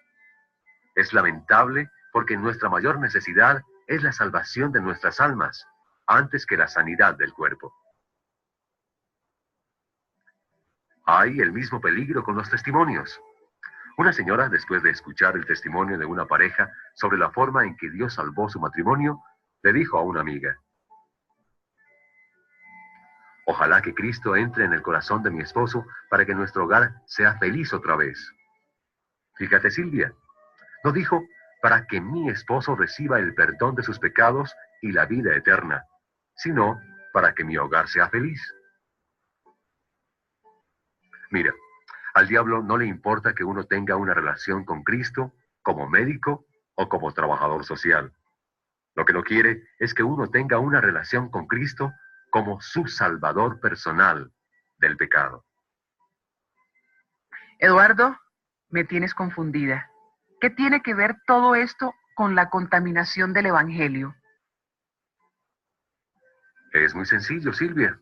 Cuando se presenta a Cristo por medio de testimonios o supuestos sanamientos milagrosos, se le presenta como médico o trabajador social, pero no como el Salvador. Esto contamina el Evangelio que habla de Cristo como el Salvador. Eduardo, tú criticas a mi iglesia sobre el bautismo, la Santa Cena, sobre el papel del hombre en la conversión, sobre lo que va a pasar en los últimos días, sobre nuestra posición respecto al trago, el cigarrillo, etcétera, sobre la sanidad y los testimonios. ¿Y ustedes qué? ¿Tu iglesia es perfecta? ¿Tu iglesia es mejor? Disculpa, no era mi intención criticar. Es que tú me preguntaste cuál era la diferencia entre tu iglesia y la mía y te lo expliqué. Mi iglesia no es perfecta. Podemos y debemos mejorar en muchos aspectos. No obstante, creo que aunque sin tantas emociones, hay más evangelio, más alabanza y más gloria a Dios en mi iglesia que en la tuya. ¿En qué te basas para decir eso? Es irónico. Los evangélicos quieren ser conocidos por la autoridad y prominencia que dan a las Escrituras, por la forma en que glorifican y alaban a Dios, y por sus enseñanzas de que la salvación es por la gracia de Dios. No obstante, parte de su doctrina y de su práctica debilitan en gran manera cada una de estas cosas.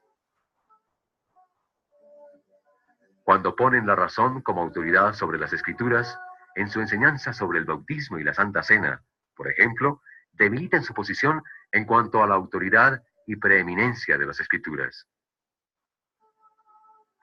Cuando enseñan que la conversión del hombre no es decisión de Dios, sino del hombre, esto le quita a Dios algo de la gloria que le pertenece solo a Él.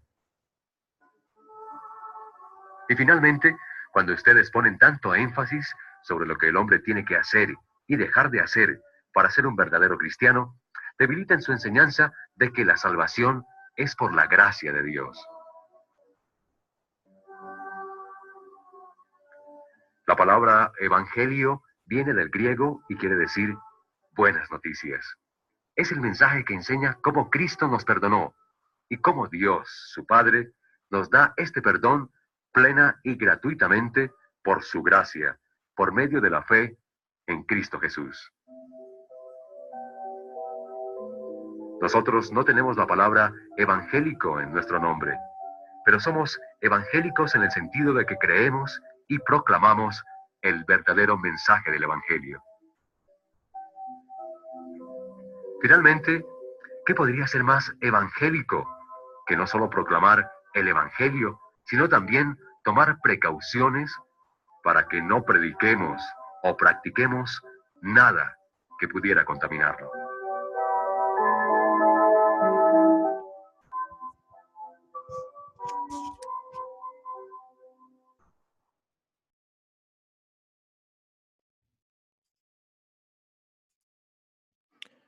Bueno, hasta ahí el segundo video. ¿Tienen preguntas, inquietudes sobre el mensaje de este video?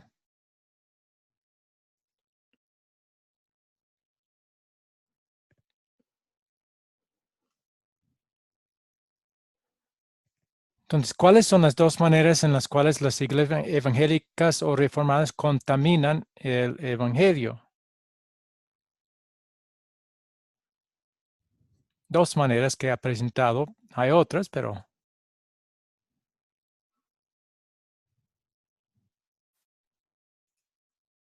¿alguien recuerda? Yo, pastor. Una es cuando se exige lo que la Biblia no exige. Y la otra es... Sí, adelante. Y la otra es cuando se promete algo que la Biblia no promete. Ajá. Por ejemplo, la sanidad es prosperidad. A veces eso está llegando a ser muy popular hoy día, que el cristiano no tiene por qué ser pobre. Seguro que Dios le va a dar mucha riqueza, pero eso no ha prometido Dios de ninguna manera. Bien, con eso vamos a resumir. También lo mismo con los testimonios, hace que las personas pongan su enfoque, su prioridad en los asuntos terrenales por encima de lo espiritual. Entonces, pero Dios quiere que pongamos nuestra vista y los tesoros en el cielo, y que esos sean los tesoros y no aquí en la tierra. Hermano, una pregunta. Sí. Pero en el video dice que no debemos de poner o un error es por fe, decir que nos ha sanado físicamente, o sea, de alguna enfermedad. Sí. ¿Está mal decirlo? Bueno, realmente si alguien se sana no es a causa de su fe o por el poder de su fe, sino el poder es de Dios y la gloria debe ser para Él, no para el hombre. me sané porque tuve tanta fe. O alguien decir, tú te sanaste porque tuviste tanta fe. Pues ahí la gloria va al hombre. Es una de las claves para determinar si una doctrina es verdadera o falsa. Y eso vamos a ver en la lección el jueves. Una de las claves para identificar una doctrina falsa es si da parte de la gloria al hombre. Ahí está. ¿Y cómo se dice entonces, hermano? Gracias a Dios gracias a Dios que te ha sanado de una aflicción, no por tu fe. No dar crédito a la fe del hombre, sino a Dios. Sí. A veces Jesús dijo, sí, por tu fe te ha salvado. A Jesús le agrada ver una fe en él, obrada por el Espíritu Santo, y le agrada también dar personas cosas viendo esa fe, pero no es a causa de la fe. La fe no es el poder. La fe nada más recibe lo que Jesús ha hecho. Entonces, si hay un milagro de sanidad, es por la obra de Cristo, es por su poder, no por el poder de la fe. ¿Sí? Sí, hermano. Y otra vez, una clave importante, pregúntese si alguien está enseñando algo, ¿esto da gloria a Dios o da gloria al hombre? O parte de la gloria al hombre. Si da parte de la gloria al hombre, está mal. Pero sí, por ejemplo, si Dios me sanó y yo digo gracias a Dios, pero doy ese testimonio de que Dios me sanó, ¿eso está bien? Está bien, o sea, en cierto sentido. El problema con los testimonios es que siempre dan el enfoque a algo terrenal. Mira, un mejor testimonio, pero me imagino que jamás han escuchado un testimonio como este. Mire, yo he tenido una enfermedad y he orado mucho y no me ha sanado. Gracias a Dios, porque esto sé que es para mi bien, que no me he sanado. Ese sí sería un testimonio, ¿sí? Yo hace como 6 meses me caí de un segundo piso. Ajá. Entonces yo tuve 3 fracturas de pelvis y cadera y me dijeron los médicos que yo no iba ya a poder caminar y eso a ver si caminaba con rehabilitación después de 1 año. Ajá. Entonces yo siempre doy mi testimonio porque gracias a Dios 3 meses pasaron y en 3 meses yo ya caminaba, hermano. Entonces los médicos se sorprendieron, las de la rehabilitación. Yo doy ese testimonio, pero digo, gracias a Dios me sanó porque nadie más lo podía hacer, los médicos no lo iban a hacer. Está bien, pero la pregunta sería, ¿dónde está su enfoque principal? Usted se da cuenta de que el hecho de que Dios ha perdonado sus pecados por Cristo y que Él obedeció la ley por usted es un don mucho, pero mucho más grande que haber sido sanado de esa manera. ¿Entiende eso? Sí, sí, hermano. Parte de su testimonio entonces es que Dios que en Cristo ha obedecido los mandamientos por usted y Él ha pagado por sus pecados. ¿Eso es parte de su testimonio o nada más habla de la sanidad física que recibió? ¿Me entiende? No, sí, hermano, yo también hablo. Ahí está, ok, muy bien. De todo lo demás que me acaba de decir. ¿También que Jesús ha obedecido la ley por usted? Que Jesús ha obedecido la ley por mí. No, hermano, es que esto es algo que yo estoy aprendiendo. Ya, ok, muy bien. En mi iglesia me enseñaron otra cosa. Sí, entiendo. Y eso es otra de las cosas esto que yo acabo de aprender, yo lo voy a compartir. Muy bien. Y voy a compartir mi testimonio. Muy bien. Porque gracias a Dios, digo, en 3 meses, nadie sana tan rápido y camina de una fractura de pelvis y cadera. Y eso solo lo pudo hacer Dios. No es el único que pudo hacerlo. Satanás también tiene poder para hacer milagros.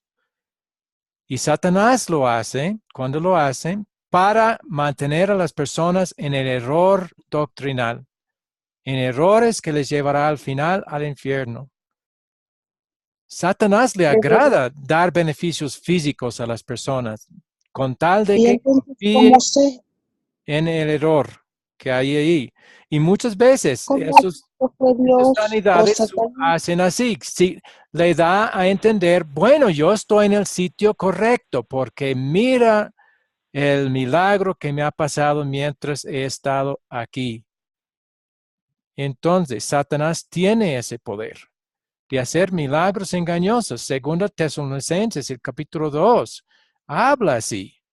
Dice eso, que Satanás tiene poder de hacer señales que engañan a las personas, con el fin de que pongan su enfoque en esos milagros en lugar de analizar bien la palabra de Dios, el mensaje de su salvación.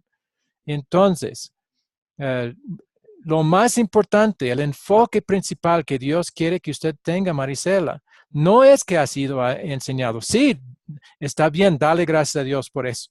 Pero el enfoque Dios quiere que tenga está en la doctrina. Y que estar donde hay una doctrina completamente sana, que da toda la gloria y crédito a Dios por todo, sobre todo la salvación, donde no están diciendo, usted tiene que hacer su decisión para ser salvo, donde no están diciendo, usted tiene que dejar esto o esto para poder ser salvo o para evitar el infierno. Donde enseñan así, están poniendo en peligro su alma y eso le agrada a Satanás, no a Dios. Y por eso Dios ha dicho, cuando ve esos errores, sepárese, no siga ahí. Su alma está en peligro. La eternidad de dicha en el cielo está en peligro si sigue donde hay falsa doctrina. Ahí es el punto principal. Entonces, me alegro que quiere dar gracias a Dios por ese hecho. Y eso está bien, pero lo más importante aún es examinar las doctrinas que están enseñando en su iglesia y si no dan toda la gloria a Dios, si están exigiendo cosas que usted tiene que hacer o dejar de hacer para ser salvo, entonces necesita huir de ahí. Después exhortar, sí. Muy bien. ¿Alguien más? Gracias. Ok. ¿Alguien más? Bueno, de esto tiene que ver el proyecto final. Espero que vean con cuidado. Ya tienen no solo unos días hasta jueves, final del día, para hacer el proyecto final. Ese proyecto tiene que ver con todo esto. Si ha reconocido que en su iglesia está enseñando esos errores, hay preguntas en cuanto a eso. ¿Qué va a hacer entonces?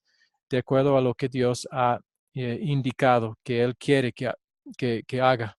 En gratitud, no para ganar puntos de Él, sino en gratitud a Él.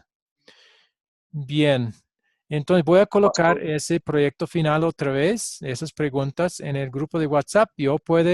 Pueden colocar sus respuestas ahí mismo o enviármelas por en mi email y que voy a colocar también ahí para que puedan enviarme eso por email.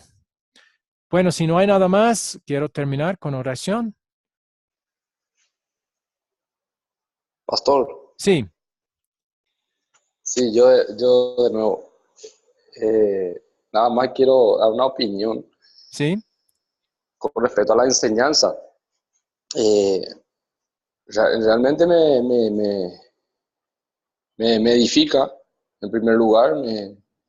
Es como que la ceguera espiritual se va desprendiendo cada vez más.